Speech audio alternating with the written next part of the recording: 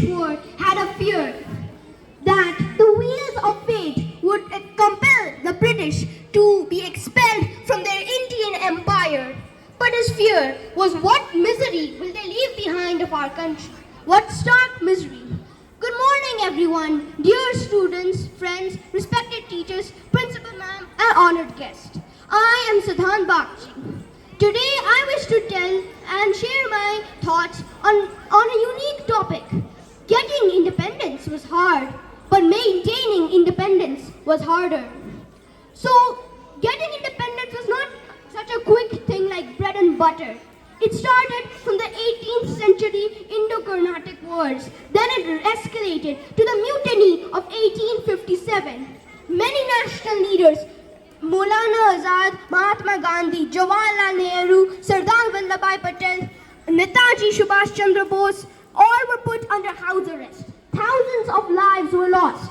After the 1857 mutiny, which saw the fall of various long-standing dynasties like the Mughal dynasty or the Nawabs of Lucknow and Awadh, etc. After the fall of these long-standing rulers, that escalated soon into various mutinies, which in turn led to casualties on both sides, British and on the side of India. Lives were lost terribly. In the Jallianwala Bagh massacre, there was a gigantic protest in which more lives were lost, like the Chauri Chaura incident which happened in Uttar Pradesh. A violent mob destroyed a bridge. Both sides had suffered inflict casualties.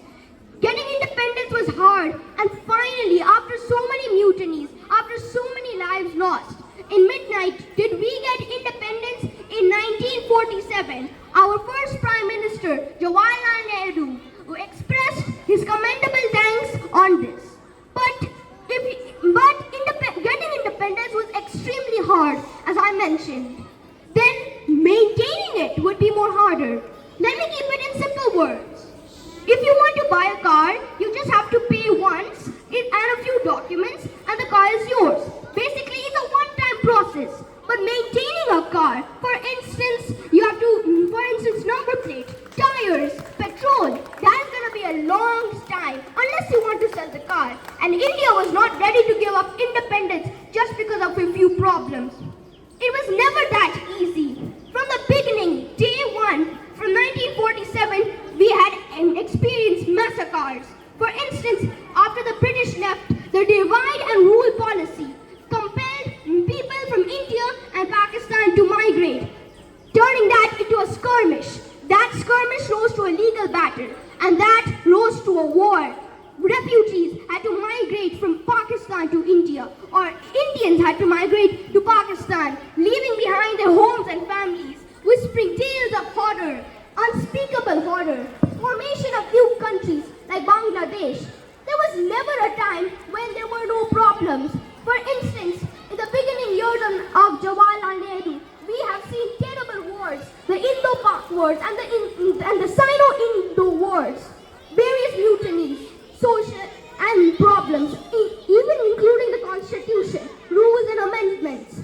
Then there was a flow of non-stop problems. For instance, it could be man-made. It could one day be the Bhopal gas tragedy, or another day it could be a flood or earthquake. If it's not them, it's militants attacking countries and murdering countless of people. Or if it's not that, it is wars happening. Even if it is not from external force, it is infighting in our own country amongst each other. Politics, wars, etc. Maintaining independence was extremely hard, and our prime ministers who came before us have done hard to maintain this independence. But thanks to our leaders in the past who have helped us so much, are we living a wonderful independence today. I know we may not be as big and powerful in the military as the Americans are, or as quick and clever as the Russians are. But we all, Indians, if we unite as a team, I know that we can take our country in great heights. Thank you and have a happy Independence Day. Let the independence go on forever.